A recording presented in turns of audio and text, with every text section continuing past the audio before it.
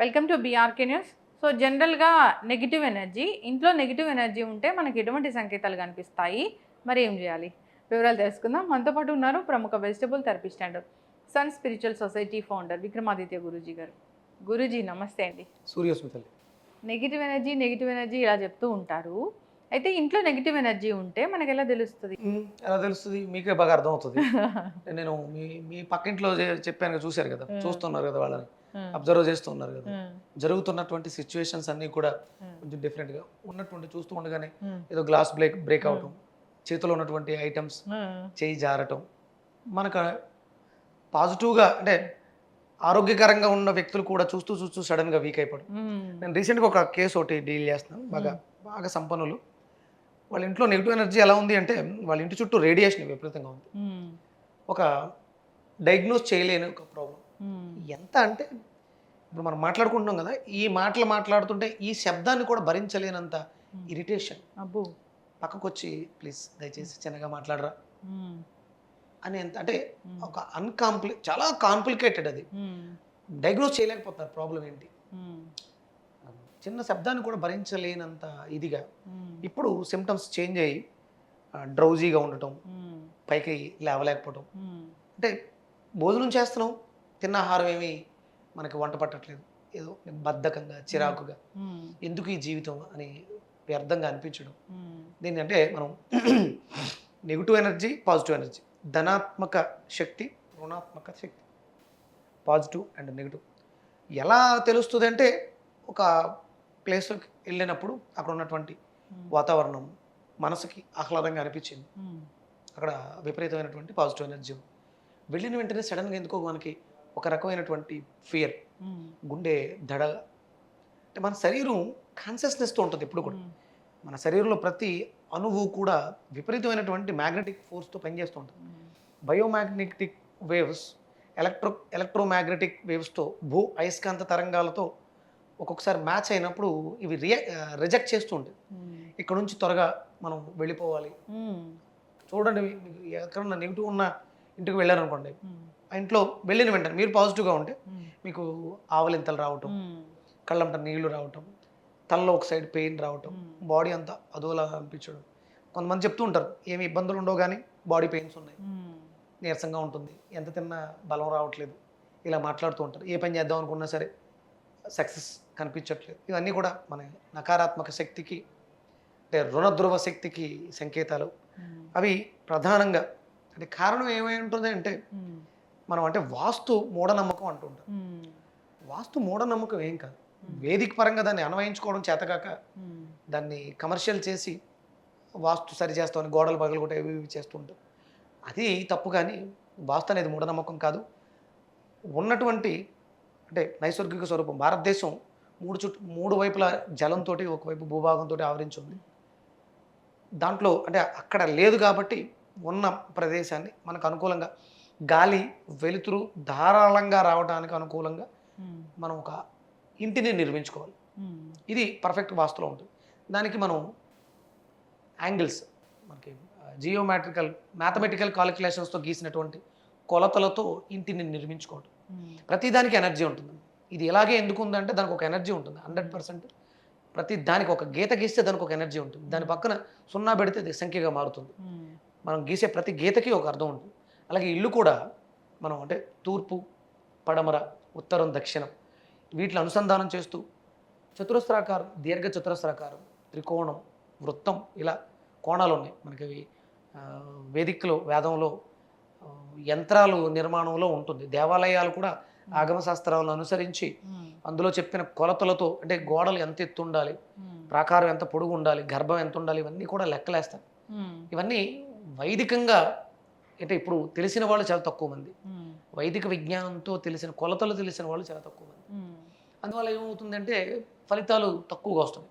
అందుకని తప్పు అనేస్తున్నాం, ఇది తప్పు అంటున్నాం. చేతగాని వాళ్ళు సమంగా నేర్చుకోకుండా చేసేటువంటి వాస్తు మార్పుల వల్ల వస్తున్నటువంటి దౌర్బల్యాలు. గాలి వెలుతురు ధారాళంగా ఉన్నటువంటి ఇంట్లో వాస్తు బాగుంటుంది, కాస్మిక్ ఎనర్జీ బాగుంటుంది, పాజిటివ్ ఎనర్జీ ఉంటుంది. ఒకవేళ బాలేని ఇంట్లో మనం ఉన్నాం, అక్కడ ఫెసిలిటీస్ని మనం మార్చడం ద్వారా, చిన్న చిన్న మొక్కలు పెంచడం ద్వారా, ప్రతినిత్యము కూడా మనం చేసేటువంటి ఇంట్లో చేసే ఉపచారాలు అంటే పూజ, దీపం పెట్టడం, సాంబ్రాణి వెలిగించడం, ఇవన్నీ కూడా అక్కడ ఉన్నటువంటి నకారాత్మక శక్తిని బయటికి పారద్రోలడం, అలాగే బూడిద గుమ్మడికాయని హ్యాంగ్ చేయడం, ఇంట్లో కర్పూరం వెలిగించడం. ఇప్పుడు అమావాస్యకి బూడిద గుమ్మడికాయ అంటే పెట్టాలి. అమావాస్యకి కదమ్మా, మీకు ఉన్న ఇంట్లో ఉన్న నెగిటివ్ ఎనర్జీ బాగా ఎక్కువగా ఉంటే ఆ గుమ్మడికాయ మీకు మామూలుగా అయితే 1 సంవత్సరం 2 సంవత్సరాలు కూడా నిల్వ ఉంటుంది. అలాంటి ఇళ్లలో త్వరగా పాడైపోతుంది. అంటే దాంట్లో ఉన్నటువంటి జీవశక్తి అంతా కూడా కుళ్ళిపోయి నిర్జీవమై వాటర్లా కారిపోతుంది. అప్పుడు కంపల్సరీ మార్చేసుకోవాలి. మీకు అంటే నెగిటివ్ ఎనర్జీ ఉన్న ఇంట్లో గుమ్మడికాయని అబ్జర్వ్ చేస్తే త్వరగా కుళ్ళిపోతూ ఉంటుంది. ఏ రోజు పెట్టాలి గురూజీ గుమ్మడికాయ? అంటే మనం మామూలుగా అయితే అమావాస్యకి మారుస్తాం. ప్రతి అమావాస్యకి అంటే నెలకు ఒకసారి మార్చడం. రెగ్యులర్గా పాడైపోతూ ఉంటే రెగ్యులర్గా మారుస్తూ ఉంటే అక్కడ ఉన్నటువంటి ఎనర్జీ తగ్గుతూ ఉంటుంది. అలాగే స్టాండర్డ్గా ఉండడం కోసం పట్టికని ప్లేస్ చేయడం. మనం అంటే ఎక్కువ బెడ్రూమ్స్లో ఎక్కువ స్టే చేస్తూ ఉంటాం కాబట్టి అక్కడ మనం ఒక బౌల్లో పట్టికని ప్లేస్ చేయటం. అలాగే హాల్, లివింగ్ రూమ్లో ఎక్కువ అందరం కూర్చుంటూ ఉంటాం కదా గ్యాదరింగ్లో, అక్కడ మనం పట్టికను ఉంచడం.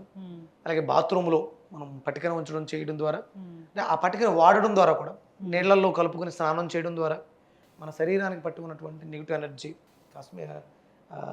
రుణద్రవ శక్తి నిర్మూలించుకోవడం. దిష్టి అనొచ్చు, బయట మనం చాలా రకాల చోట్ల తిరుగుతూ ఉంటాం, ఆ చెడు అంతా కూడా డ్రైన్ అయ్యి వెళ్ళిపోతూ ఉంటుంది. ఇలా మనం అంటే పరిస్థితుల్ని, పరిసరాల్ని మార్చలేం. ఉన్న వస్తువుల్ని వాడుకుని మన చుట్టూ ఉన్నటువంటి నెగిటివ్ ఎనర్జీని నిర్మూలించుకోవచ్చు. చక్కగా చెప్పారు గురూజీ. పసుపు నీళ్ళు చల్లితే కూడా నెగిటివ్ ఎనర్జీ వెళ్ళిపోతుందా?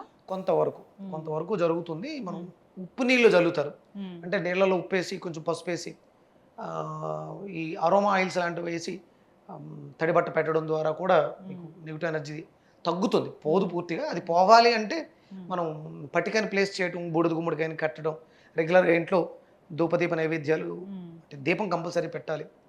తద్వారా వచ్చేటువంటి పాజిటివ్ ఎనర్జీ అక్కడ ఉన్నటువంటి నెగిటివ్ ఎనర్జీని సప్రెస్ చేస్తుంది. మరి ఆంజనేయ స్వామి ఫోటో పెట్టుకుంటే కూడా ఇలాంటి భూతాలు అలాంటివి ఇది తప్పం. అంటే అది భూతం కాదు, నెగిటివ్ ఎనర్జీ, రుణాత్మక శక్తి, ధనాత్మక శక్తి, పవర్.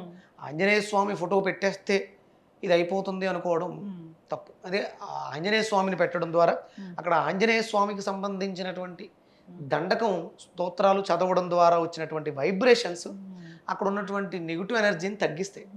ఫోటో పెట్టినంత మాత్రాన అక్కడ ఫలితం అనేది తక్కువగా ఉంటుంది. ఆంజనేయ స్వామి ఎప్పుడు ఎటువైపు తిరిగి ఉండాలి గురువు గారు? ఆయన అంటే సూర్యుడిని అందుకోవడానికి ప్రయత్నం చేశాడమ్మా. మనం అంటే గుమ్మం నుంచి బయటకు వెళ్తున్నప్పుడు మనం ఆయనకి నమస్కారం చేసుకుని వెళ్తాం. ఆయన తూర్పు గుమ్మానికి, మన తూర్పు వాకిలి అనుకోండి, తూర్పు సింహద్వారం, ఆయన పడమరిని చూస్తూ ఉంటాడు. అందుకని మనం బయటకు వెళ్ళేటప్పుడు ఫోటోని చూసి దండం పెట్టుకుని వెళ్తూ ఉంటాం. కొంతమంది ఇంటి బయట పెడతారు, అప్పుడు ఆయన తూర్పుని చూస్తూ ఉంటాడు, మనం ఆయన్ని చూస్తూ ఉంటాం పడమర. ఉత్తర గుమ్మం అయితే అంటే ఉత్తర గుమ్మం అయినా మనం లోపల వైపుకి పెట్టుకోవచ్చు. ఏదేమైనా నెగిటివ్ ఎనర్జీ ఉన్నట్లు సంకేతాలు కనిపిస్తే మీలాంటి గురువుల్ని సంప్రదిస్తే అసలు ఏం జరుగుతుంది ఏంటి అని తెలుసుకోవచ్చు. పౌర్ణమికి ముందు వచ్చేటువంటి దశమి, ఏకాదశి తిథుల్లో దీనికి అద్భుతమైనటువంటి పరిష్కారం. చాలా ఎక్స్పెరిమెంట్లు చేసాం, చాలా మంది వీళ్ళలో మార్పులు కూడా జరిగింది. మీకు నెగిటివ్ ఎనర్జీ ఉన్న చోట పిల్లులు ఎక్కువగా నివాసం ఉంటాయి, పాజిటివ్ ఉన్న చోట కుక్కలు ఉంటాయి. నెగిటివ్ ఉన్న చోట కుక్కలు అరుస్తూ ఉంటాయి, నెగిటివ్ ఉన్న చోట పిల్లలు ఎక్కువ విశ్రాంతి తీసుకుంటూ ఉంటాయి. వాటికి అది ఇష్టం అనమాట. అటువంటి ప్లేసుల్లో మీరు పసుపు, పచ్చకర్పూరం, తులసి దళాలు, ఒక రాగి చెంబులో కొంచెం వాటర్ వేసి ఇవన్నీ వేసి ఒక 10 నిమిషాలు అట్లా ఉంచి ఆ నీటిని ఇళ్ళంతా చల్లడం ద్వారా మీకు చుట్టుపక్కల ఉన్నటువంటి నెగిటివ్ ఎనర్జీ అంతా కూడా పోతుంది. రెగ్యులర్గా ఇది ఒక 3-4 నెలలు వచ్చే పౌర్ణమికి ముందు వచ్చేటువంటి దశమి, ఏకాదశి 2 రోజులు ఇలా చేయడం ద్వారా మీకు పిల్లుల యొక్క బెడద తగ్గుతుంది. ఫస్ట్ నెగిటివ్ తగ్గింది అంటే పిల్లులు రావడం ఆగిపోతుంది. మీ ఇంటి చుట్టుపక్కల పిల్లులు ఎక్కువ తిరుగుతున్నాయంటే నెగిటివ్ ఎనర్జీ ఉంది అని అర్థం. పిల్లి నెగిటివ్ సంకేతం. అంటే పిల్లి ఎదురొస్తే వెళ్ళకండి అంటారు. అంటే అది నెగిటివ్ ఎనర్జీయే తప్ప పిల్లి అని కాదు. అంటే చాలా మంది, అంటే నేను కూడా చెప్తూ ఉంటాను, పిల్లి నువ్వు ఎలకవైతే పిల్లికి భయపడవు అంటాం, కానీ పిల్లి అనేది నెగిటివ్ని సంకేతంగా చూపిస్తూ ఉంటుంది. అందుకని పిల్లి ఎదురు వచ్చిందంటే అక్కడ నెగిటివ్ ఎనర్జీ ఉంది, కొంచెం ఆలోచించి జాగ్రత్తగా స్టెప్ తీసుకోమని తప్ప పిల్లి ఎదురు శకునం అని కాదు. ఇలా మనం పౌర్ణమికి ముందు వచ్చే దశమి, ఏకాదశి తిథుల్లో పసుపు, పచ్చకర్పూరం, తులసి దళాలతో కలిపిన జలాన్ని ఇల్లంతా చల్లడం ద్వారా మీకు నెగిటివ్ ఎనర్జీ తగ్గడే అవకాశం ఎక్కువ ఉంది. జలానికి శుద్ధి చేసే ప్రక్రియ ఉంది. నెగిటివ్ సంకేతాలు కనిపిస్తున్నాయంటే జాగ్రత్త వహించాలని చెప్దామండి. ఇలాంటి చిన్న చిన్న రెమెడీస్ చేసుకుంటే కూడా చాలా మటుకు తగ్గిపోతుంది. చక్కటి ఇన్ఫర్మేషన్ గురువు గారు.